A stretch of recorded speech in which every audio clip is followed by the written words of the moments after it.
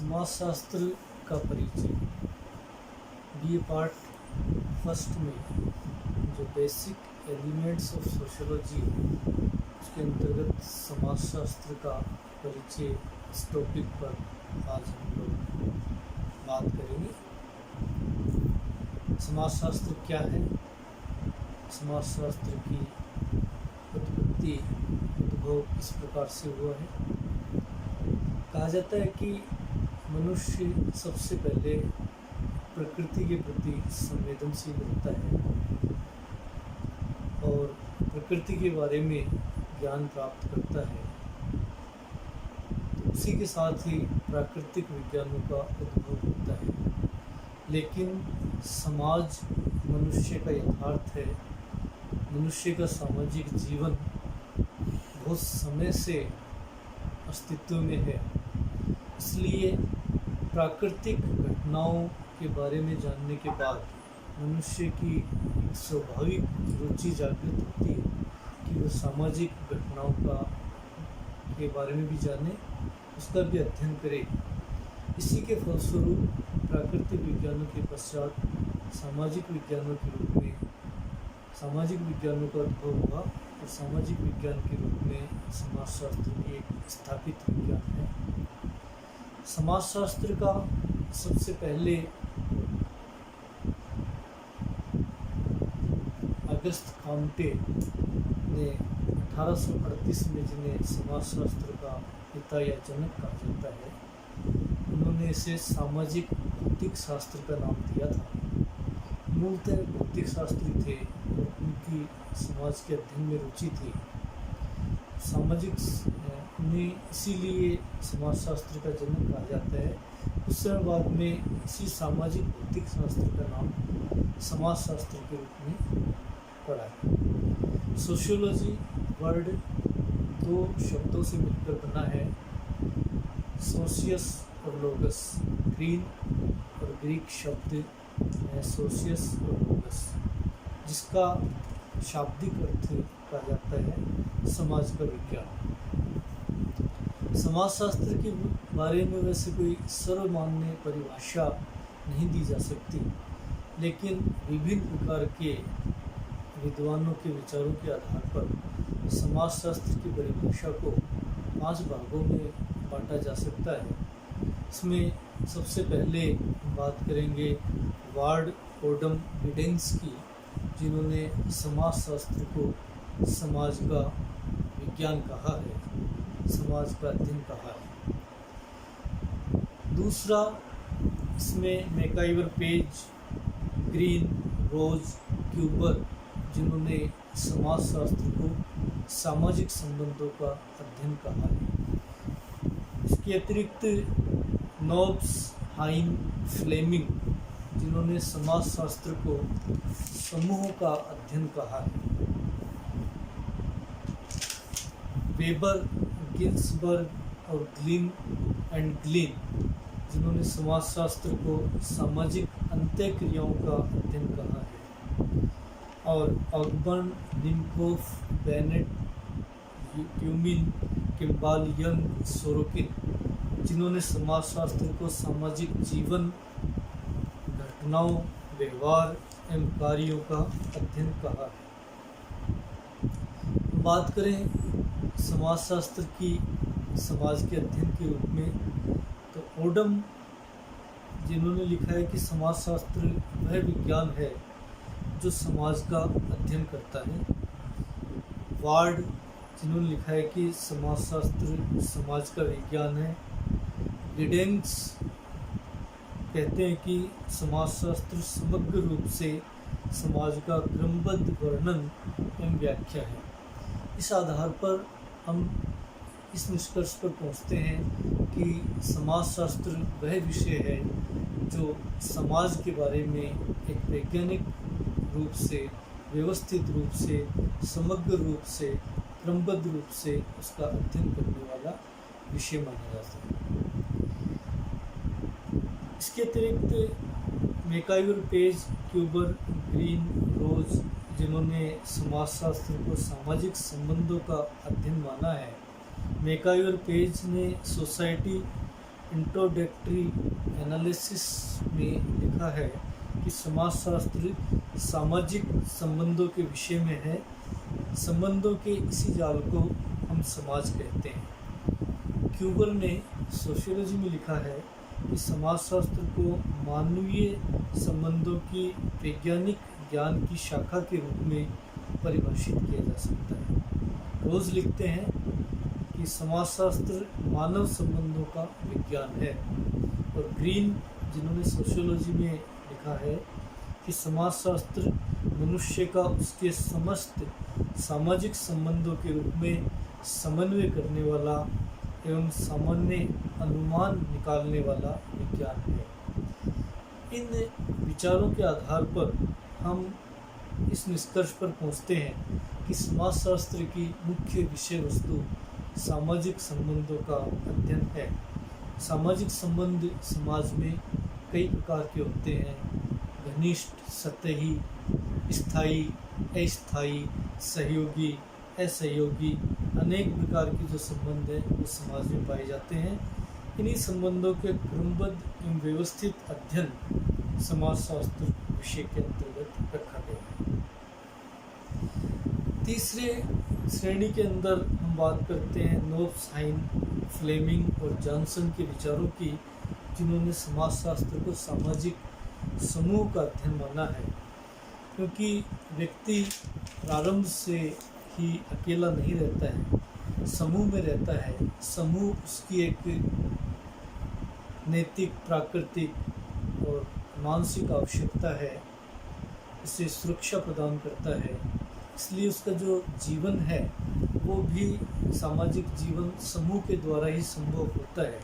अतः knobs, हाइन, Fleming sociology में लिखते हैं कि समाजशास्त्र समूह में लोगों का वैज्ञानिक और व्यवस्थित अध्ययन है। जॉनसन ने भी सोशियोलॉजी में इसी प्रकार के विचार रखे हैं कि सामाजिक समूह सामाजिक अंत्यक्रियाओं की ही एक व्यवस्था है तथा सामाजिक समूह का अध्ययन करने वाला विज्ञान ही समाजशास्त्र है।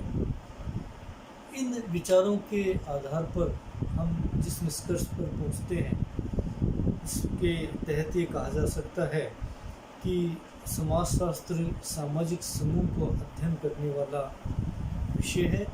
दैनिक जीवन में एक व्यक्ति समूह की विभिन्न गतिविधियों में भाग लेता है। उसकी समस्त गतिविधियां समूह के माध्यम से संचालित होती है और अपने जीवन में अनेक समूह का निर्माण करता है। इन विभिन्न समूहों के बीच में सामाजिक संबंध है वो पाए जाते हैं। समाजशास्त्र व्यक्ति के व्यवहार का अध्ययन न करके बल्कि व्यक्ति के जो समूह में जो जीवन है अर्थात सामूहिक जीवन है उसका अध्ययन करने वाला विषय कहा जा सकता है। चौथी श्रेणी के विचारों के अंतर्गत हम देखते हैं मैक्स वेबर, गिन्सबर्ग, ग्लिन और ग्लिन के विचार, जिन्होंने समाजशास्त्र को सामाजिक अंत्यक्रियाओं का अध्ययन करने वाला विषय कहा है। मनुष्य अपनी आवश्यकताओं की पूर्ति के लिए दूसरे व्यक्तियों के संपर्क में आता है और परस्पर संपर्क के फलस्वरूप उनके बीच में अंत्यक्रियाएं उत्पन्न होती है और इन्हीं अंत्यक्रियाओं को अध्ययन समाजशास्त्र के अंतर्गत किया जाता है।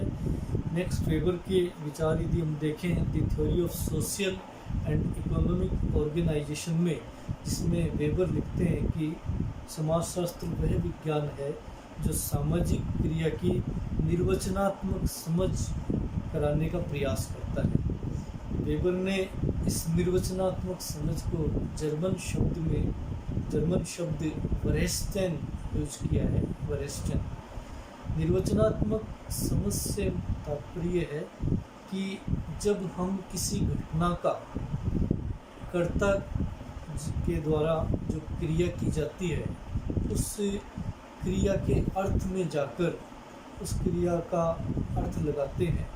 कर्ता के द्वारा दिया जाने वाले अर्थ के में हम उस क्रिया का अर्थ लगाते हैं और उसके आधार पर उसके परिणामों की व्याख्या करते हैं, तो इसे सामाजिक क्रिया की निर्वचनात्मक समझ कहा जाता है। वेस्टर्न जर्मन शब्द है वो उसके लिए प्रयोग किया गया है। निर्वचनात्मक समझ के अंतर्गत हमें अवलोकनकर्ता के अर्थ में ना जाकर बल्कि क्रिया को स्वयं कर्ता के अर्थ लगाए गए अर्थ के अनुसार समझना होता है। तो इसी का अध्ययन करने वाला विषय समाजशास्त्र कहा जाता है।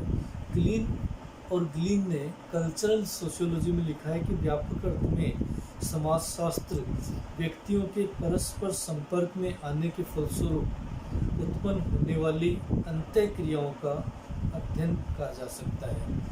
जब व्यक्ति दूसरे व्यक्ति के संपर्क में आते हैं तो उनके संपर्क के कारण से स्वाभाविक रूप से उनके बीच में अंतःक्रियाएं उत्पन्न होती हैं।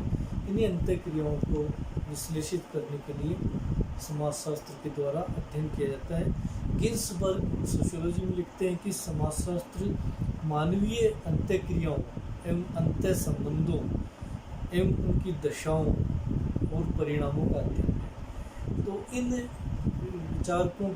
विचारों के आधार पर हम इस निष्कर्ष पर पहुँचते हैं कि सामाजिक अंतःक्रियाएं जब दो या दो से अधिक व्यक्ति आपस में मिलते हैं तो उनके बीच में अंतःक्रियाएं उत्पन्न होती है सामाजिक संपर्क के फलस्वरूप, और इन्हीं अंतःक्रियाओं के कारण से सामाजिक संबंधों का निर्माण होता है। तो सामाजिक अंतःक्रियाएं ही समाजशास्त्र के अंदर अध्ययन की जाती है। इसके अतिरिक्त Ogburn, Nimkoff, Bennett, Tumin, Kimball, Young, Sorokin, जिन्होंने समाजशास्त्र को सामाजिक जीवन, घटनाओं, व्यवहार एवं कार्यों का अध्ययन माना है। Ogburn, Nimkoff a handbook of sociology में लिखते हैं कि समाजशास्त्र सामाजिक जीवन का वैज्ञानिक अध्ययन है। बेनेट, ट्यूमिन लिखते हैं इंट्रोडक्टरी जनरल सोशियोलॉजी इसमें कि समाजशास्त्र सामाजिक जीवन के ढांचे एवं कार्यों का विज्ञान है। किम्बाल यंग ने एन इंट्रोडक्टरी सोशियोलॉजी में लिखा है कि समाजशास्त्र सामाजिक समूह में मनुष्य के व्यवहार का अध्ययन करता है। Sorokin society, culture and personality में लिखते हैं कि समाजशास्त्र सामाजिक सांस्कृतिक घटनाओं के सामान्य स्वरूपों, विभिन्न प्रकारों और अनेक अंतर संबंधों का सामान्य विज्ञान है। समाजशास्त्र में उन सभी पक्षों का अध्ययन किया जाता है जिनसे जो सामाजिक व्यवहार में बार बार दिखाई देते हैं, इसलिए ये पक्ष स्थायी एवं सार्वभौमिक होते हैं।